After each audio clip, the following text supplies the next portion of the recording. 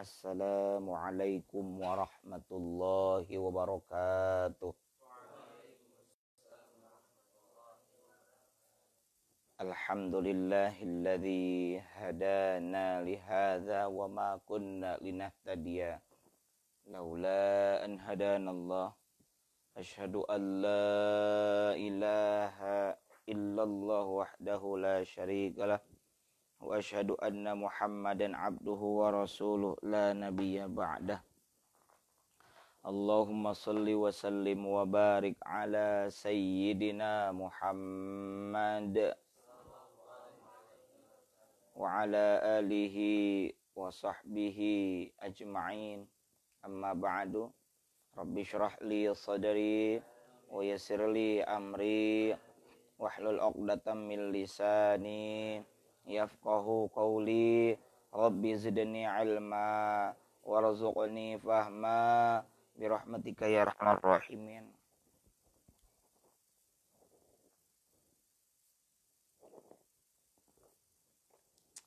Puji dan syukur mari sama-sama kita panjatkan kehadrat Allah Azza wa Jalla yang senantiasa memberikan kepada kita segala karunia nikmatnya yang begitu banyak.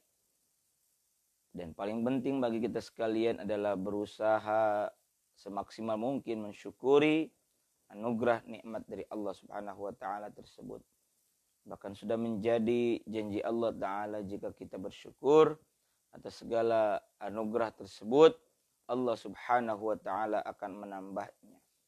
Dan yang paling penting tadi adalah teruslah kita bersyukur dengan berucap alhamdulillah dan menggunakan seluruh nikmat tersebut dalam rangka taat kepada Allah Subhanahu wa taala. Salawat beriring salamnya semoga senantiasa tercurahkan kepada Rasulullah Muhammad sallallahu alaihi wasallam, juga teruntuk keluarga beliau, para sahabat beliau, para tabi'in, tabi'ut tabi'in, atba'ut tabi'in, hingga kita sekalian yang sedang belajar menjalankan syariat dan menghidupkan sunnah-sunnahnya. Semoga kelak mendapatkan syafaatul uzma dari beliau di yaumil akhir nanti. Amin ya Allah ya Rabbal alamin. Mengawali pertemuan ini, mari terlebih dulu kita baca suratul Fatihah. Semoga dengan keberkahan suratul Fatihah ini Allah Subhanahu wa taala memberikan kemudahan kepada kita untuk taat kepada Allah taala. Dan hasil daripada thalabul ilmi, pengajian ini berupa ilmu yang bermanfaat dan barokah. Ala hadhihi niyyah wa ala kulli niyyatin salihah wa ila hadratin nabiyil mustafa Muhammadir Rasulillah sallallahu alaihi wasallam wa ala alihi wa azwajihi wa dhurriyyatihi wa ahli baitihi wa liman dakhala fi baitihil kiram syai'un lillahi lahumul Fatihah. A'udzu billahi minasy syaithanir rajim. Bismillahirrahmanirrahim. Alhamdulillahi rabbil alamin. Arrahmanir rahim. Maliki yaumiddin. Iyyaka na'budu wa iyyaka nasta'in. Ihdinas siratal mustaqim. Siratal ladzina an'amta 'alaihim ghairil maghdubi 'alaihim waladdallin. Rabbighfirli wa liwalidayya amin. Kita baca Sayyidul Istighfar terlebih dulu. Bismillahirrahmanirrahim. Allahumma anta rabbi la ilaha illa anta khalaqtani wa ana abduka wa ana ala ahdika wa wa'dika mastata'tu a'udzubika min syarri ma sana'tu abu'u laka bi ni'matika alayya wa abu'u bi dzambi faghfirli fa innahu la yaghfiru dzunuba illa anta.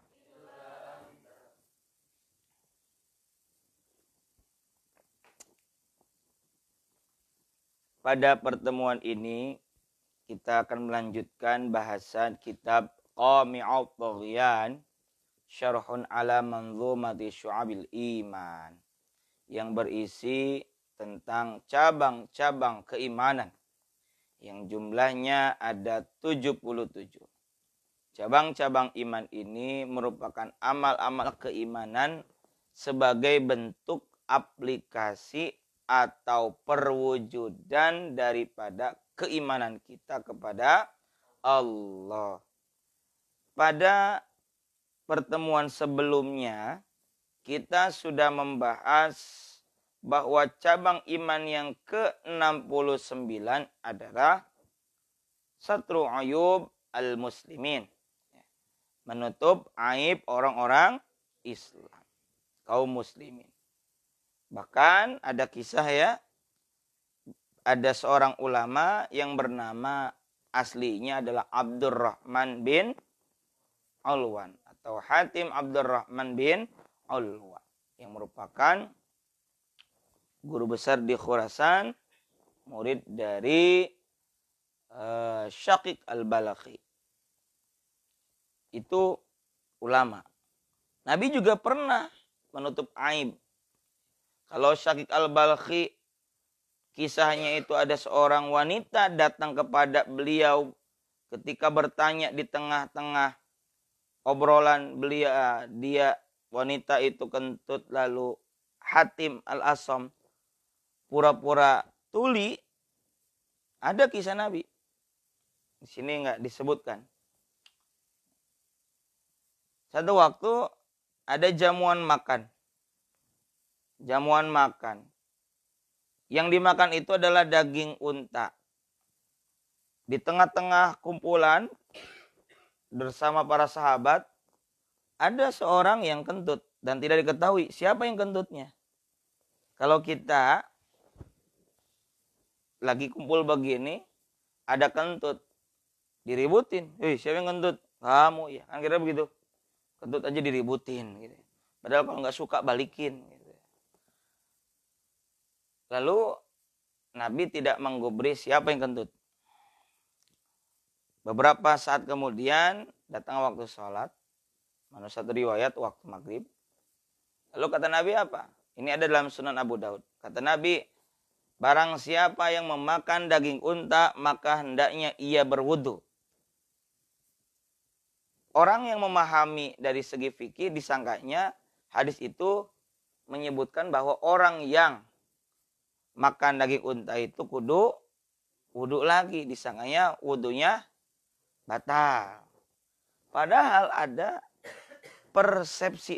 perspektif lain, ada cara pandang yang lain bahwa dalam hal ini Nabi sedang apa? Menunjukkan kebijaksanaan beliau berusaha menutupi aib orang lain. Hadis ini kemudian ada perselisihan tentang tafsirannya. Apakah setiap makan daging unta itu kudu wudu lagi atau tidak? Ya. Kalau kita memahaminya bukan masalah batal atau tidak batal makan daging unta itu. Tapi dalam konteks ini, dalam kondisi tersebut, Nabi berusaha menutupi aib. Akhirnya pada wudu semua tuh yang makan daging unta. Sehingga yang kentut pun tadinya mukanya, kira-kira kalau malu warna apa biasanya? Ya, kemerah-merahan. Malu karena Nabi bertutur demikian, alhamdulillah, lega. Karena semuanya ikut wudu. Itulah hebatnya Nabi. Coba kalian telusuri kisah-kisah dari hadis Nabi tersebut yang menarik itu. Jadi Nabi itu bijaksana. Nah, Adapun menuturkan ya, anna dzikra masawil ghairi gharadin sahihin fi syar'i bihaitsu la yumkinu tawassulu ilaih illa bihi wa huwa khamsah asyara. Ya, menyebutkan al-masawi, keburukan seseorang itu menjadi boleh dengan syarat atau dengan berapa tempat? 15 kondisi. Yang pertamanya masih ingat? Pertamanya adalah dalam rangka al-irsyad, memberikan petunjuk tentang apa? Atau kepada perkataan yang benar, supaya orang itu tidak mengikuti perkataan atau pendapat yang mungkar, yang salah. Yang keduanya dalam rangka memberikan nasihat, utamanya seperti kepada orang yang minta pendapat mau nikah. Jangan sampai salah kepada orang yang salah menikahnya. Kalau orang itu pemabok, orang itu tukang maksiat, orang itu sering melakukan kemungkaran, ya sampaikan apa adanya. Jangan mentang-mentang laki-laki itu teman kita, dibagus-bagusin kepada orang atau perempuan yang ingin menikahinya. Kita sampaikan apa adanya. Dan kalau istikharah, punya calon laki-laki, ini bagi perempuan misalnya, punya calon laki-laki udah jelas-jelas sulit diperbaiki, ya ke Allah, emang hakikatnya Allah yang mau perbaiki. Ini orang susah nih, ahli maksiat, dan kita pun nggak bisa mengubahnya, apalagi kita cuma perempuan. Atau sebaliknya, laki-laki ada satu perempuan cakep tapi sulit diperbaiki, ibadahnya kurang bagus, dan kita juga sulit untuk memperbaiki. Kalau begitu nggak usah di istikharahin. Buat apa disuarain, maksain itu. Walaupun ya Allah, engkau mampu mengubah segala-galanya, engkau mampu menciptakan dari tidak ada menjadi ada, maka dari itu ya Allah ubahlah dia ya Allah, kalau dia nggak baik jadiin baik. Nah, maksa itu. Ada orang, kamu mendingan milih yang mana? Mendingan milih calon istri jelek mukanya tapi solihah, atau solihah tapi mukanya terbalik, jelek mukanya tapi solihah, atau cantik mukanya tapi berandalan, misal bandel. Saya ini anekdot, saya mendingan pilih cakep mukanya walaupun bandel. Loh kenapa? Kalau orang jelek mukanya meskipun solehah, sampai kapanpun minta didoakan biar cakep susah. Nggak begitu. Ya, kalau udah jelek ya jelek aja, nggak begitu juga. Kan seseorang dilihat bukan karena fisiknya atau rupanya, nggak begitu. Innallaha la yanzuru ila suwarikum wa ila ajsamikum walakin yanzuru ila qulubikum, hati. Dan cantik itu adalah subjektif, relatif. Kata orang jelek, ya kata kita cantik, ya cantik aja. Gitu. Biarin kata orang jelek juga. Yang penting kata kita sendiri dan nyaman. Nah, jadi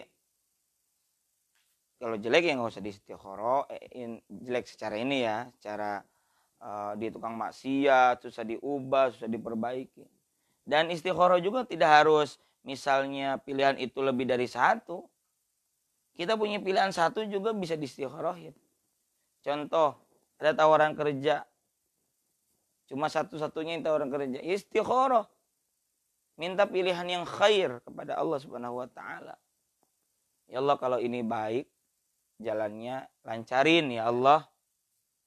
Kalau ini enggak baik buat agama, buat dunia dan akhirat saya, jangan dilancarin, jangan dilulusin kalau perlu. Gitu, jangan maksain ini mah. Kadang-kadang kita maksain untuk kepentingan nafsu kita. Gimana cara ini kudu jadi? Ya belum tentu baik menurut kita. Baik menurut Allah, baik juga menurut kita. Baik menurut kita belum tentu baik menurut Allah. Pengennya sih baik dua-duanya. Jadi yang kedua itu, memberikan nasihat kepada orang yang minta pendapat tentang nikah misalnya. Yang ketiga, menyebutkan atau menuturkan orang alim yang keliru kepada pengikutnya. Kalau saya ada kekeliruan, bisa saya sampaikan. Saya salah.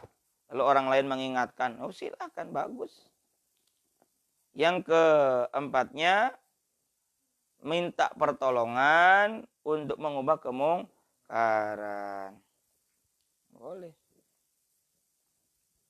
Lalu yang kelimanya adalah memperkenalkan at-ta'rif. At-ta'rif. Seperti untuk menunjukkan identitas seseorang dari segi fisik. Kalau itu pun tidak ada lagi cara untuk mengenalkan atau mengenali identitas seseorang. Bagusnya sih tidak dengan fisik. Ya. Tapi Kanjeng Nabi kepada Aisyah bilang apa? Ya Humairo. Humairo. Pipi yang kemerah-merah. Nah itu boleh. Itu kan tidak bentuk kecacatan. Kalau hitam bagaimana? Hajar aswad ya enggak juga. Yang keenamnya adalah al-ismah. Anil fasad. Itu udah belum? Ya. Yang keenamnya menjaga kerusakan seperti apa? Antaqula li syai'in ghairi adil. Ini saksi tidak adil nih, boleh. Yang ketujuh. Bismillahirrahmanirrahim. Qala al-musannif rahimahullahu taala wa nafa'ana bihi wa bi'ilmi fid amin. Wasabi'uha, yang ketujuhnya. Al-istifta'u, meminta fatwa. Kita boleh membuka aib atau menyebutkan keburukan seseorang dalam rangka minta fatwa. Ka'antakula, seperti kamu berkata lil mufti, kepada mufti. Mufti itu orang yang memberi fatwa. Ulama itu tugasnya memberi fatwa ketika diminta. Tapi enggak sembarangan memberikan fatwa dengan maksud supaya diikuti. Oh enggak. Harus meneliti dalil-dalilnya dulu. Harus bijak. Pun kalau ada orang yang bertanya, harus dipertimbangkan. Istri nanya tentang suami, kejelekannya disebutin. Lalu kita bilang, oh suami ibu tuh yang salah. Nanti akhirnya cekcok. Kalau memberikan jawaban harus dipikirkan matang-matang. Harus bijak. Jangan sampai kita ngejawab pertanyaan malah bikin ribut. Yang ketujuh, minta fatwa. Seperti kamu berkata kepada mufti, Zolamani abi, Syekh, Zolamani telah mendolimi kepadaku abi, ayahku. Au zaujati, atau istriku. Au akhi, atau oleh saudaraku. Boleh itu begitu. Wa kaifa tariqi, bagaimana caraku fil khalasi, dalam membebaskan diri. Berarti kita menuturkan tentang kejelekan orang-orang yang menjolimi kita. Syekh, bagaimana ini? Saya nggak mau buka aib sebenarnya, tapi dia ini begini. Dalam rangka untuk menyelesaikan permasalahan. Boleh. Tidak dalam rangka murni ghibah. Bukan. Tapi istifta, minta fatwa. Wal aslamu ta'ridu, dan cara yang paling baik atau selamat bi antakula adalah menggunakan dengan ucapan ma, sesuatu, qauluka, ucapanmu,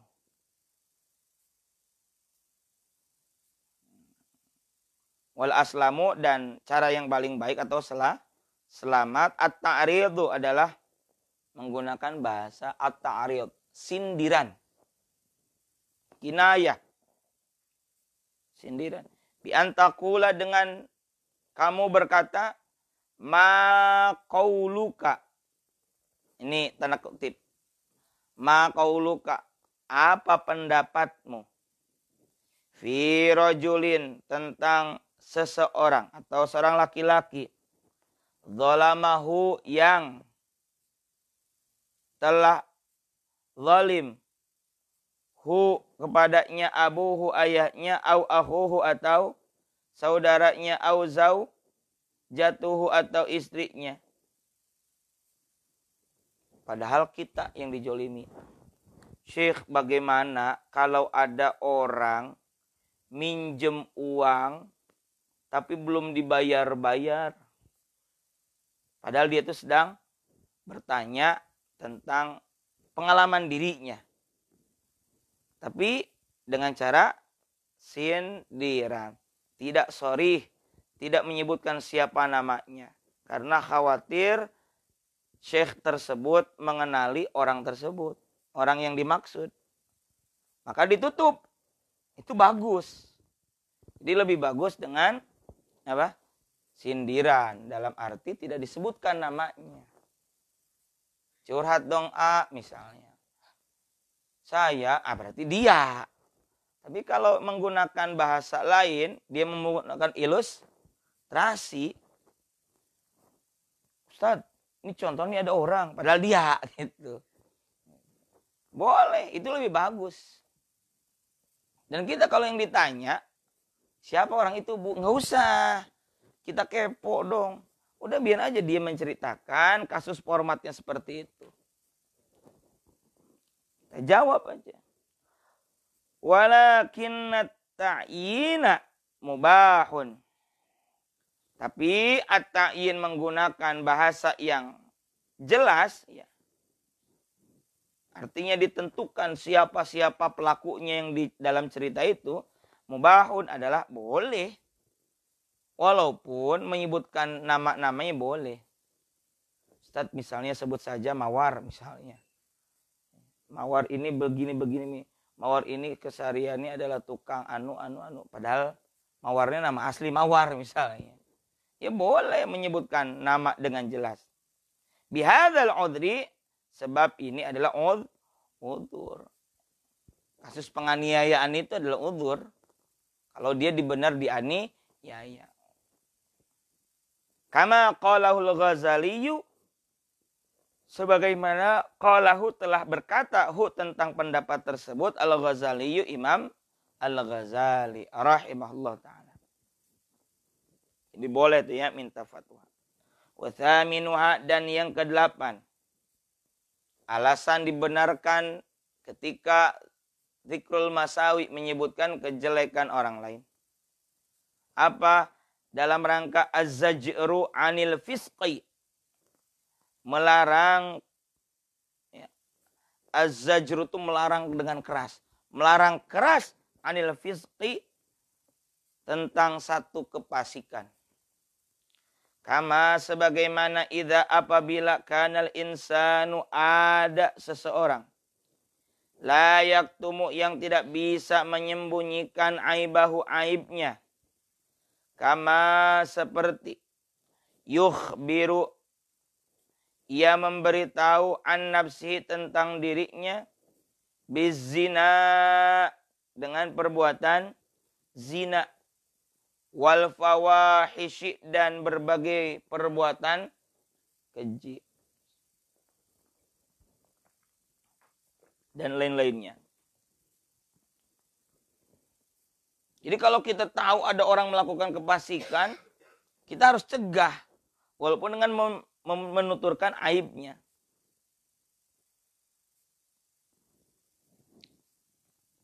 Ya, harusnya ditutup, aib itu jangan diumbar. Karena kata Nabi, man satara aurata akhihil muslim, satarallahu auratahu yaumal qiyamah. Barang siapa yang menutup aurat, di sinilah aib saudaranya yang muslim, maka Allah akan menutup aibnya yaumal qiyamah, di hari kiamat. Dalam kitab Bulughul Maram ada riwayat di dunia dan di akhirat ditutupnya itu. Akan kata Abu Hurairah kan perawi hadis yang banyak. Para sahabat dan tabi'in banyak yang ngikutin beliau. Kata Abu Hurairah, seandainya kalau bukan Allah yang menutup aib saya, kalian pasti tidak akan mau mengikuti dan mendengarkan apa kata saya. Sebaliknya, waman kasyafa aurat akhihil muslim, dan barang siapa yang menutupi waman kasyafa, dan barang siapa yang mengumbar aurat aib temannya itu diumbar, si anu begini, si anu begini, diumbar, kasyafallahu, maka Allah akan mengumbar, membuka auratahu, cacat aibnya, yaumal qiyamah hatta yabdahu biha fi baiti, sampai di rumahnya juga begitu. Artinya apa? Jangan ngumbar aib orang, jangan suka buka keburukan orang. Kita ngomongin orang saja kalau benar dan orang itu mendengar ceritaan kita, marah atau benci, itu namanya ghibah. Apalagi kalau tidak benar. Emang gak ada lagi kebaikan yang bisa kita ceritain? Banyak kok sebenarnya. Kalau buruk, ya berarti kita kudu benerin, dandanin tuh.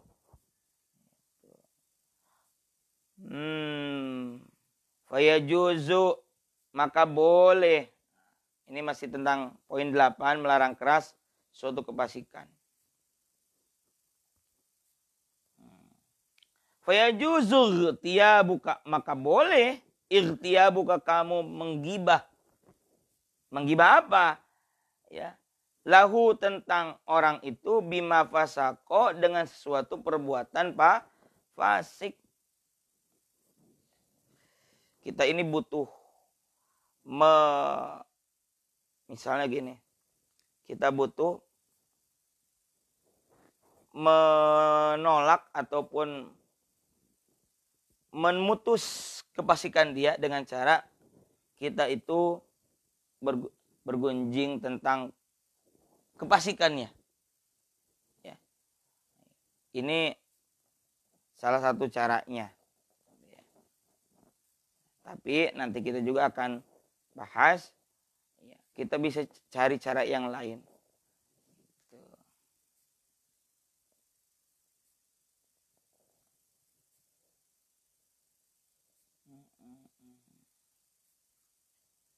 Dalam Jami'us Shaghir, laisa lil fasik ghibah. Bukanlah bagi orang fasik ghibah ketika menuturkan, supaya tidak mencontoh juga. Si anu tukang maksiat, jangan dicontoh ya. Tujuannya begitu. Bukan tujuannya mengumbar aib, tapi tujuannya agar tidak mencontoh. Mana buktinya?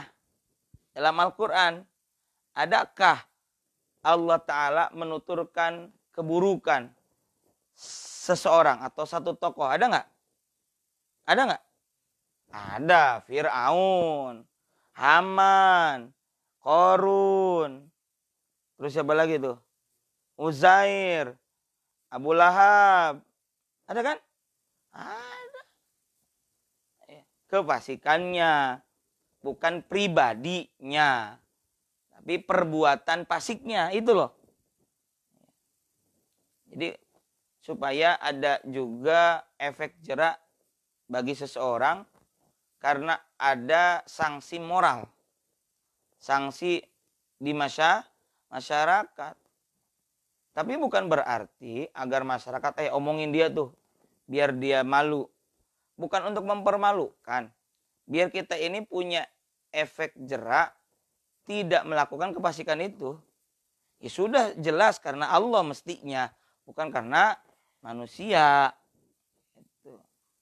Tapi dalam hal ini kata Syekh Nawal Bantani, fayajuzuk, dia buka lahu bima fasaqo bihi la bi ghairihi, tidak boleh bergunjing ghairihi, bi ghairi, tentang selainnya. Nggak boleh tentang aib yang lainnya, nggak boleh. Yang boleh itu tentang kefasikannya, supaya kefasikan itu berhenti dikerjakan oleh dia. Itu tujuannya. Awas, bukan berarti merembet kepada aib yang lainnya. Dan ini bukan berarti boleh menggibah, bukan begitu. Minal uyubi, daripada aib-aib lainnya orang itu. Apa? Bisyarti, dengan syarat antaqsida, kamu bermaksud, antablugahu, kamu menyampaikan. Kamu menyampaikan kepadanya gunjingan itu, liyaz jiro, untuk melarang keras, hadza, ini kepasikan. Ya. Jadi kamu bermaksud menyampaikan gunjingan itu untuk melarang keras cerita fasik itu. Jangan dong, jangan maksiat mulu, malu sama orang, malu kalau kedengar sama orang. Hal begitu boleh, supaya ada efek cerah juga. Idza akhbaro, apabila ia memberitahukannya, ala wajil i'jabi, karena bangga dengan perbuatan, misalnya ujub, saya dong tukang maksiat, naudzubillah min dzalik. Fa in akhbaro an aibihi, tapi jika ia memberitahu an aibihi, tentang aib dirinya, ala wajhin nadami, karena menyesal, wa taubati, dan bertaubat, harum maghtiyabuhu, maka haram menggunjingnya. Artinya begini, orang menceritakan aib, ya, dan padahal orang itu sudah menyesali dan bertaubat, jangan diceritain lagi, udah tutup rapat-rapat, selesai episode masa lalu, jangan diungkit-ungkit lagi. Jangan bangga dengan maksiat yang pernah kita kerjakan dahulu. Justru dalam syarat-syarat bertaubat diantaranya an-nadamu, menyesal. Walau kana mudhirul fisqi, dan seandainya atau jikalau karena ada mudhirul fisqi, yang menampakkan kefasikan adalah aliman, orang alim, harumak mutlakon, maka menggunjingnya haram mutlakon, secara mutlak. Kenapa? Li'annan nasa, karena sesungguhnya orang-orang, idza sami'u, apabila mereka mendengar, minhu, darinya, dzalika, tentang hal itu, hanat indahumul fawahish, maka dapat dianggap hina, sepele. Maka dapat dianggap sepele al-fawahish, berbagai perbuatan keji itu. Wajasaru ala fi'aliha, dan orang-orang itu akan berbuat lancang ala fi'aliha, dalam melakukan hal itu, maksiat itu. Nanti orang menyepelekan. Makanya kita kalau nanti berbicara di depan orang banyak, jangan senang mengumbar aib orang.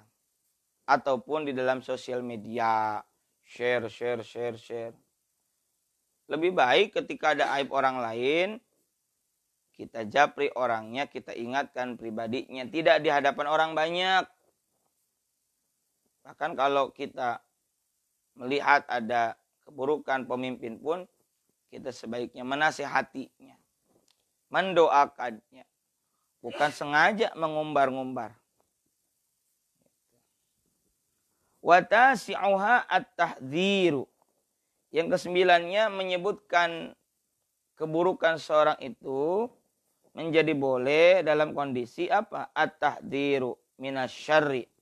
Mengingatkan supaya waspada, minasyarri, dari satu keburukan.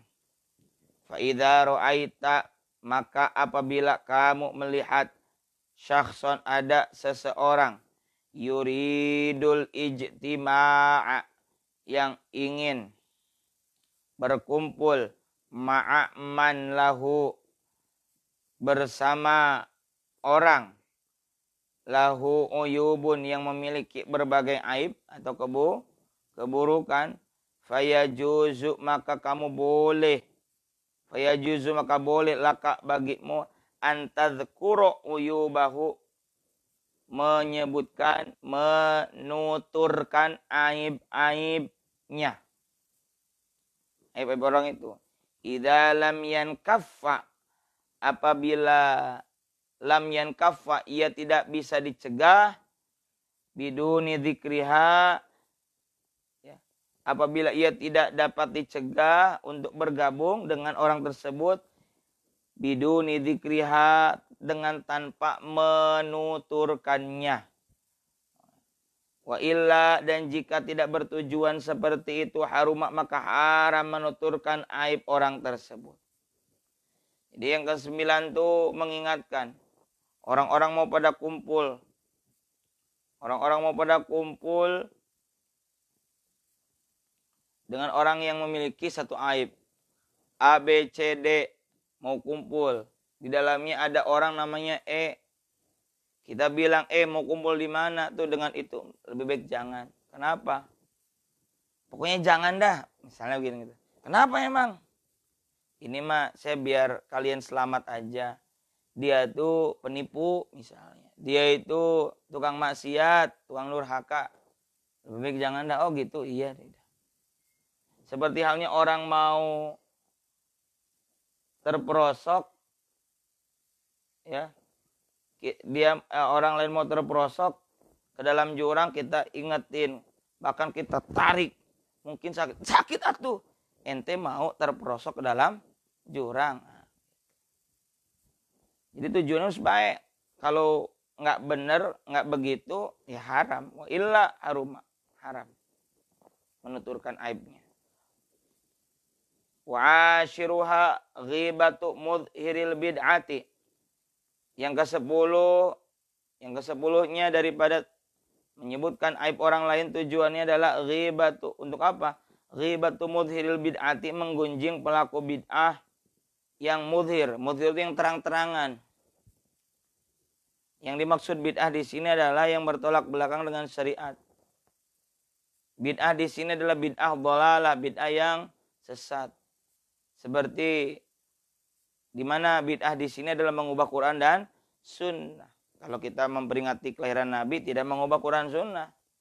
Kita tarawih 20 plus 1, plus 3 tuh 20-nya. Kemudian diberjamaahkan tarawihnya. Ya, kata siapa itu, Umar bin Khattab, ni'mah al-bid'ah hadha, nikmatul bid'ah hadhihi. Ini adalah nikmat bid'ah. Berarti bid'ah yang hasanah. Nabi dulu enggak berjamaah qiyam Ramadannya, tarawihnya. Tapi siapa? Umar bin Khattab memberjamaahkannya. Bid'ah tapi tidak dolalat. Ya, karena tidak mengubah Quran dan sunnah. Bagus berjamaah. Apalagi yang sering dianggap bid'ah misalnya. Apa? Tahlilan misalnya. Orang doa berjamaah, zikir berjamaah, dalilnya ada, layak udu qaumun dan sebagainya. Ada, tidak mengubah Quran sunnah. Jadi kalau ada yang menuturkan hadis, fa inna asdaqal hadis kitabullah, maka sesungguhnya apa asdaq? Al hadis, ucapan yang benar adalah kitabullah, Al-Quran. Iya, ucapan yang benar adalah Al-Quran. Wa khairul hadi atau wa khairul hadi hadi Muhammad. Sebaik-baik, khairan baik. Hadiu apa petunjuk? Petunjuk adalah petunjuknya Nabi Muhammad, maksudnya sunnah atau hadis Nabi. Wa syarrul umur, dan seburuk-buruknya perkara adalah muhdatsatuha, memperbaruinya. Hadis kan baru, memperbaruinya, mengubah Al-Quran dan sunnah. Baru wa syarrul muhdatsatuha wa kullu muhdatsatin bid'ah, dan setiap memperbaruinya, yakni memperbarui, mengubah, dalam arti mengubah Quran dan sunnah adalah bid'ah. Wa kullu bid'atin dhalalah, dan setiap bid'ah adalah sesat. Yang mana bid'ah tersebut adalah mengubah Quran dan sunnah atau hadis Nabi. Seperti ada sholat subuh 2 rakaat jadi 5 rakaat. Itu baru bid'ah. Bid'ah yang dimaksud tadi dolalah, dia mengubah apa? Mengubah jumlah rakaat dalam sholat menjadi sekian. Oh, tidak benar. Wah, pagi harus semangat. Wah, salah. Ya, kalau nggak pakai ilmu. Jadi begitu. Sehingga yang dimaksud dolalah itu mengubah Quran dan sunnah. Kalau kita tahlilan enggak lah. Itu. Nah, yang dimaksud bid'ah di sini bid'ah dolalah. Awas. Misalnya orang mau sholat subuh 5 rakaat, kenapa? Semangat dong, masih pagi harusnya. Ya salah, kita ingetin. Wahadi asyaraha, dan yang ke-11.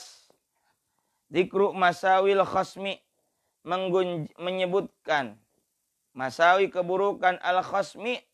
Siapa? Musuh. Al khasmi.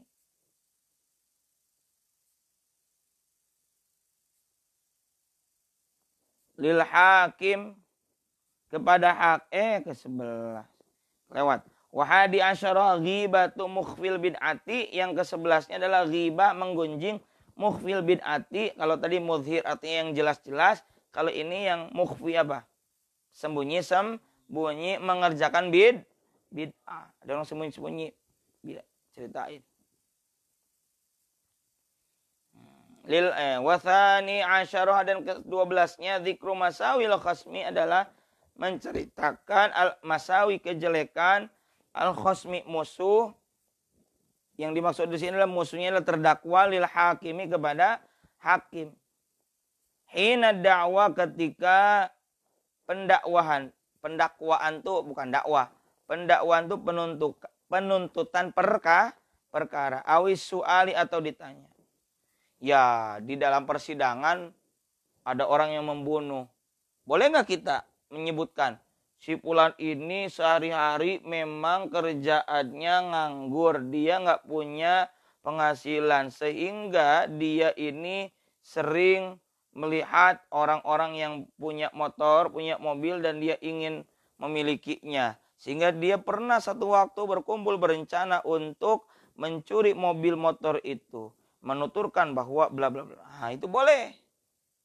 Kejelekannya diungkap dalam rangka apa? Kepentingan pengadilan.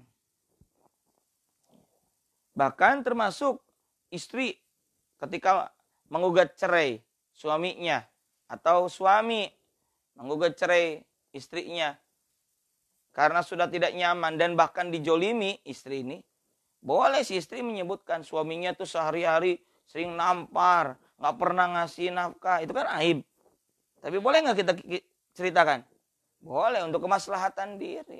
Dan juga berada di depan hakim. Atau untuk ditanya, benarkah saudara begini kan pengadilan begitu? Boleh. Wa tsalitsah asyara, dan yang ke-13-nya, boleh menuturkan kejelekan orang itu antashkual zalima, saat kamu mengadukan atau melaporkan al-zalima, orang yang zalim, ilal qadhi, kepada qadhi atau kepada hakim, awil wali, atau kepada penguasa. Fatadhkura uyubahu, lantas kamu menyebutkan aib orang yang zalim tersebut. Boleh. Pak Hakim, saya ini dijolimi oleh si pulan. Boleh. Wa rabi'a syaraha, dan yang ke-14-nya.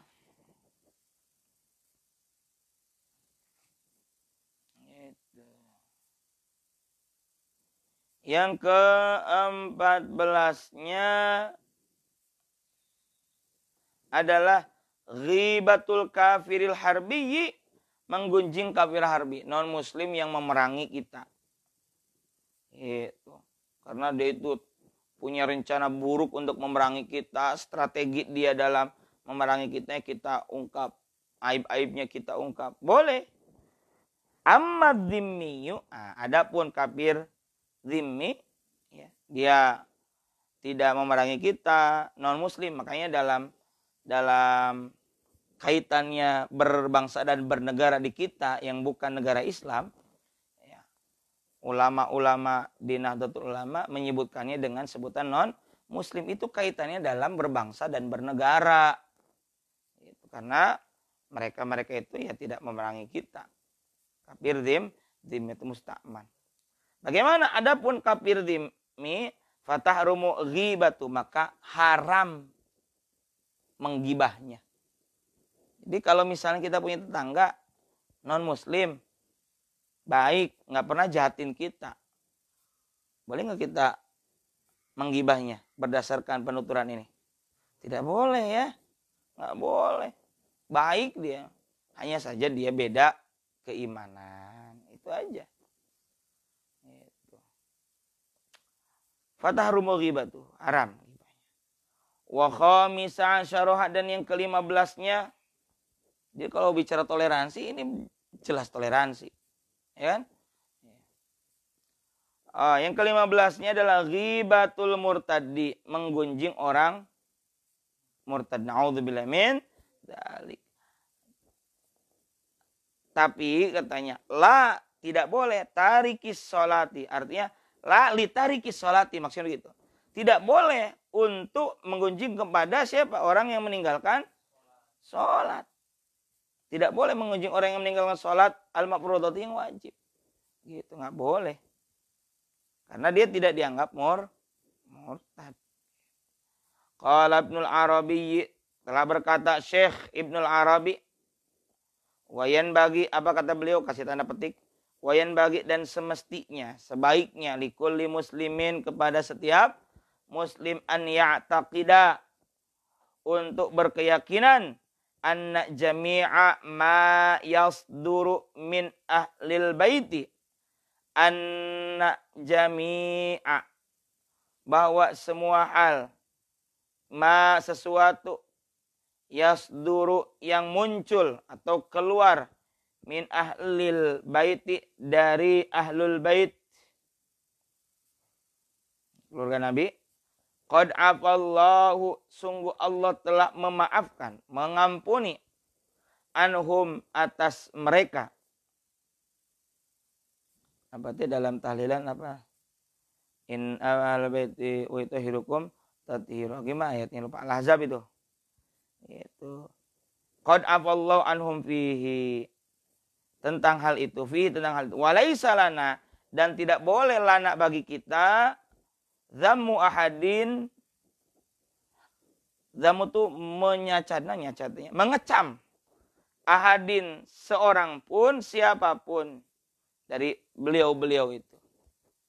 Fakaifa bi ahlil baiti, maka apalagi mengecam siapa? Keluarga Nabi. Artinya apa? Tidak boleh bagi kita mengecam siapapun, itu umum ya. Siapapun saja kita tidak boleh mengecam. Ya, fakaifa bi ahlil baiti, maka bagaimana apalagi dengan siapa? Ahlul keluarga Nabi SAW. Nggak boleh kita mengecam. Faqad akhbarani, maka sungguh telah mengabarkan, memberi kabar kepadaku, kata siapa? Syekh Ibnul Arabi. Oh, bukan, udah beres Ibnu Arabi tadi sampai fakaifa bi ahlil baiti. Berarti ini kata Syekh Nawawi. Fakaifa akhbarani, faqad akhbarani, maka sungguh telah memberi kabar kepadaku, as-siqatu, orang yang dipercaya, indi, olehku, di Makkah, di Makkah. Ada orang yang bisa dipercaya berkata begini, kuntu akrahu, tanda petik, dulu aku membenci, alias tidak menyukai, ma yaf'aluhu, ma sesuatu, yaf'aluhu, yang diperbuat, asyurafa'u, oleh para syarif. Syarif itu kan mulia. Asyarif, as-sayyid. Makanya kalau perempuan keturunan Nabi disebut syarifah. Syarif Hidayatullah. Ada orang yang bertutur begini kepada Syekh Nawawi. Dulu saya nggak menyukai apa yang dilakukan oleh para syarif di Makkah, finnasi, kepada orang banyak. Fara'aitu fin naumi, lantas aku melihat dalam tidurku, alias mimpi. Siapa? Ya. Fatimah binta Rasulullah sallallahu alaihi wasallam, Fatimah putri Rasulullah sallallahu alaihi wasallam. Wahya mu'ridatun, Dan beliau Sayyidah Fatimah itu mu'ridatun ngalius, apa? Membuangmu muka anni dariku. Kata si orang itu, aku mimpi ketemu Sayyidah Fatimah, tapi beliau buang muka. Fasalam tu, aku salam kepada beliau, ya. Fasalam tu, aku salam alaiha kepada beliau. Wa sa'altuha, dan aku bertanya kepada beliau an i'radiha, tentang sikap buang mukanya itu. Faqalat, maka kata Sayyidah Fatimah, innaka, sesungguhnya kamu taqa'u fi syurafa'i, taqa'u telah mencaci maki fi syurafa'i, terhadap para syarif. Ya. Gitu. Makanya kalau kita ada sesuatu yang tidak kita senangi, ya diam aja bagusnya. Gitu. Doakan daripada beliau para sadat, yakni keturunan-keturunan Rasul, habaib, asyrafa, itu supaya menjadi baik, gitu ya. Fakultu laha ya sayyidati, fakultu, maka aku berkatalah kepada beliau, ya sayyidati, wahai sayyidati, tuan putriku, bahasa kitanya mungkin ya. Amma taroyinna ma yaf'aluna finnas, amma adapun taroyinna ma yaf'aluna finnas, wahai tuan putriku, tidakkah anda melihat apa yang para syarif lakukan, ya, mayaf alun, apa yang mereka lakukan finnasi, kepada orang-orang. Tahukah anda, wahai tuan putri, apa yang dilakukan oleh itu para syarif kepada orang-orang kebanyakan? Jolim mungkin, gitu ya. Faqalat alaisahum, faqalat, Sayyidah Fatimah berkata, alaisahum abna'i, bukankah mereka itu anak-anakku, anak cucu keturunannya Sayyidah Fatimah. Fakultu laha, maka aku seorang itu berkata dalam mimpi itu, lah kepada Sayyidah Fatimah, minal ani, dari sekarang, tubtu, aku bertaubat. Kalau begitu aku bertaubat. Faqbalat alayya, lantas beliau akbalat, menghadapkan wajahnya alayya kepadaku. Fastaiqadtu, lantas aku pun bangun dari tidur. Zakaro, menyebutkan hadil kisota, tentang kisah ini, Ahmadus Suhaimiyu, Syekh Ahmad As-Suhaimi, fi Lubabit Talibina, dalam kitab Lubabut Talibin. Titik sampai situ. Jadi ya kita hari ini misalnya melihat tentang perpolitikan, diantaranya ada melibatkan para habaib. Kita menghormati beliau-beliau sebagai keturunan baginda Rasulullah Muhammad sallallahu alaihi wasallam. Yang kita bisa lakukan ya mendoakan semoga ada kebaikan untuk kita semua dan semuanya menjadi baik. Begitu, gitu aja. Faqaulun nadhimu, sedikit lagi. Faqaulun nadhimi, ada ucapan nadhim ta'man. Dalam nadham itu ta'man. Bifathil mimi, di fathahkan mimnya, ta'man wa bisukuni, dan disukunkan.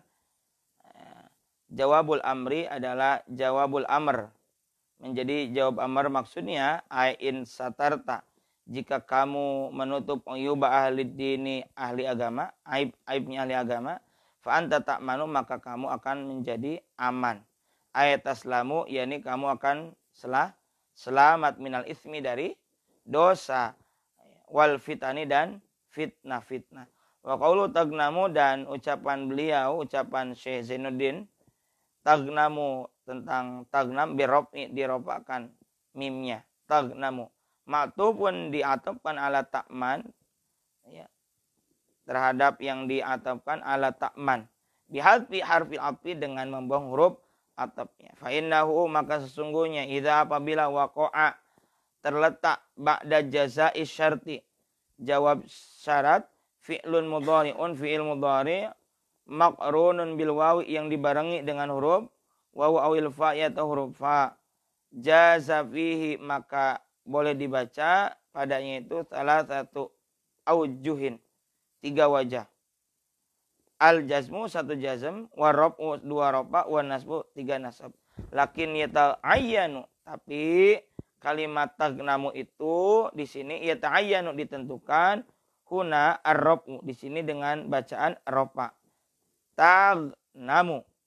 Kenapa? Li ajlil qafiyati, karena pada hakikatnya ya, wa jawabul amri, jawab amar fil hakikati, pada hakikatnya huwa jawabus syarti, adalah jawab syarat. Wa hadfu hadfil atfi, dan membuang huruf atop jaizun itu diperbolehkan, khususon huna, khususnya di sini, lil wazni karena wazan, karena biar enak aja baitnya. Wa ma'na tagnamu, apa sih tagnam? Kan gonimah itu apa? Harta rampasan, barang alias keuntungan. Makna tagnamu tahsulu ribha, yakni kamu menghasilkan atau dapat apa? Ribha, keuntungan fil akhirat, di akhirat. Artinya kalau kamu nutup aib orang beriman, maka kamu akan mendapatkan keuntungan di akhirat bisawabi, berupa ganjaran minallahi ta'ala, dari Allah ta'ala. Qala an-nadhim wallahu a'lam bissawab. Rabbana anfa'na bima 'allamtana, rabbi 'allimna alladhi yanfa'una, rabbi faqina faqih lana wa qarabatil lana fi dinina ma'alil qadri wa dzakar wasbunallahu ni'mal wakil wa la haula wa la quwwata illa billahil aliyyil azim. Sallallahu ala sayyidina Muhammad wa ala alihi wasallam. Subhana rabbika rabbil izzati amma yasifun, salamun alal mursalin, alhamdulillahi rabbil alamin. Subhanakallahumma bihamdika asyhadu an la ilaha illa anta, astaghfiruka wa atubu ilaik. Wallahu muwaffiq ila aqwamit thariq. Wassalamualaikum warahmatullahi wabarakatuh.